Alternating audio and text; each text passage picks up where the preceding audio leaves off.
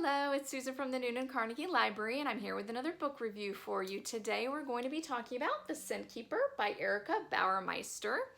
I just finished this book and I had to talk about it because I enjoyed it so much. It was such a beautifully written book. It was lyrical. The story was wonderful from beginning to end. I just thoroughly enjoyed this book. It was really hard to put it down. This book is about a girl, Emmeline. She lives on a deserted island with her father, and they're the only ones who live there, and they have a very simple life. They have a little log cabin, and they forage for their food, and every once in a while they get boxes dropped off on the beach with food, and Emmeline's father tells her it's the mermaids who bring it, and she just lives a very isolated life with her father, but she's very happy. The one mysterious thing about her father is that he has a wall full of bottles filled with little pieces of paper, and he calls them scent papers. He also has this mysterious machine that can capture smells as memories. So it's just very mysterious. You don't really know how this machine works, but there's one thing about Emmeline is that she can smell things. Her sense of smell is so strong, and everything she does, like if she's out foraging and gathering things, she smells the different air and the sea and the trees. And this just makes the book so beautiful because she's always so aware of her senses. So through some unforeseen circumstances, Emmeline ends up having to leave the island. I don't want to spoil too much for you, but she has to go kind of start a new life among people, which is extremely shocking because she's been on this deserted island for a very long time with her father. She meets some other great people who are just wonderful secondary characters that I just really enjoyed.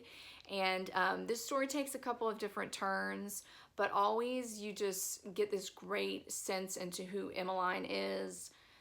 You're really in tune with her inner life and what's going on and how she's smelling things. And sometimes her sense of smell is one of her greatest assets, and sometimes it can be something that really hurts her.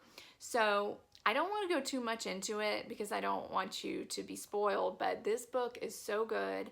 I really enjoyed it.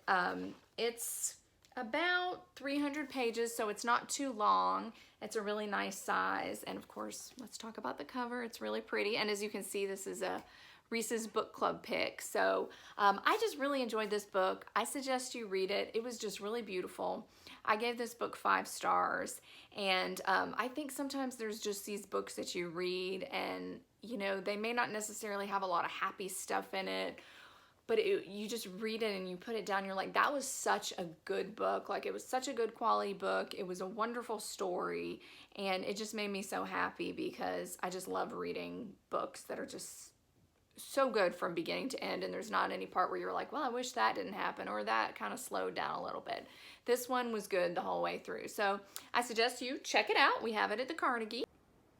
If you're interested in reading any of these books we've been reviewing, we have a special shelf at the Carnegie that has all of the books we've been giving you reviews about over the last couple months. So just come on in.